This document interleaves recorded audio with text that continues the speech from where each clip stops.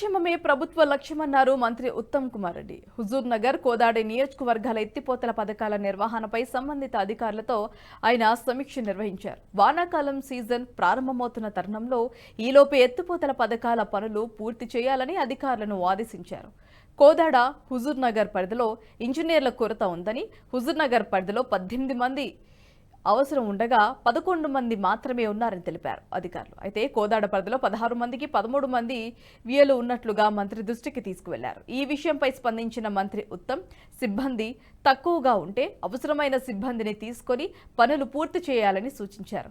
అదేవిధంగా యుద్ధ ప్రాతిపదికన ఎత్తిపోతల పథకాలను సకాలంలో అందుబాటులోకి తేవాలని ఆదేశించారు.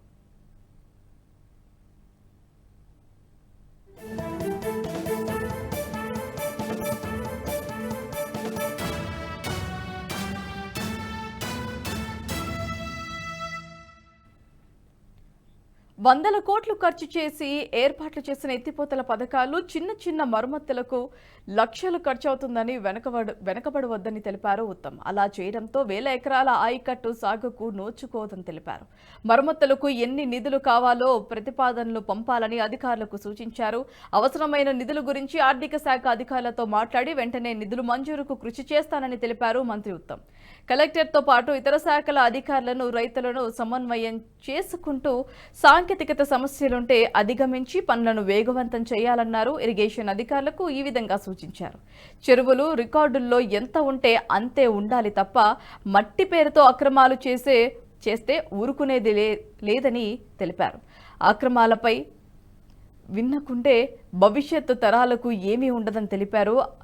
ఆక్రమణలను సీరియస్గా తీసుకొని ఆక్రమణదారులపై కఠిన చర్యలు తీసుకుంటామని కూడా హెచ్చరించారు.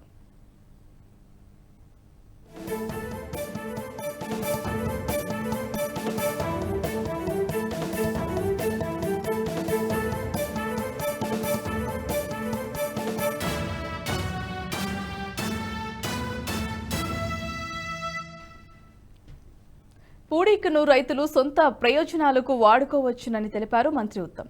విద్యుత్ లో వోల్టేజీ సమస్య ఉంటే సంబంధిత అధికారులతో మాట్లాడి సమస్య అధిగమించేందుకు కృషి చేయాలని సూచించారు.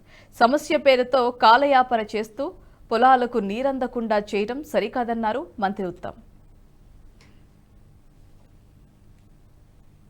ఈ వీడియో మీకు నచ్చినట్టయితే లైక్ చేయండి, 10 మందికి షేర్ చేయండి. అలాగే కామెంట్ల రూపంలో మీ అభిప్రాయాలను మాతో పంచుకోండి. Nationalist hub group of channels ను సబ్స్క్రైబ్ చేసుకుని తెలుగునాట జాతీయవాద జర్నలిజాన్ని ప్రోత్సహించండి. ఈ వీడియో కింద ఉన్న బెల్ ఐకాన్ పై క్లిక్ చేయడం మర్చిపోవద్దు.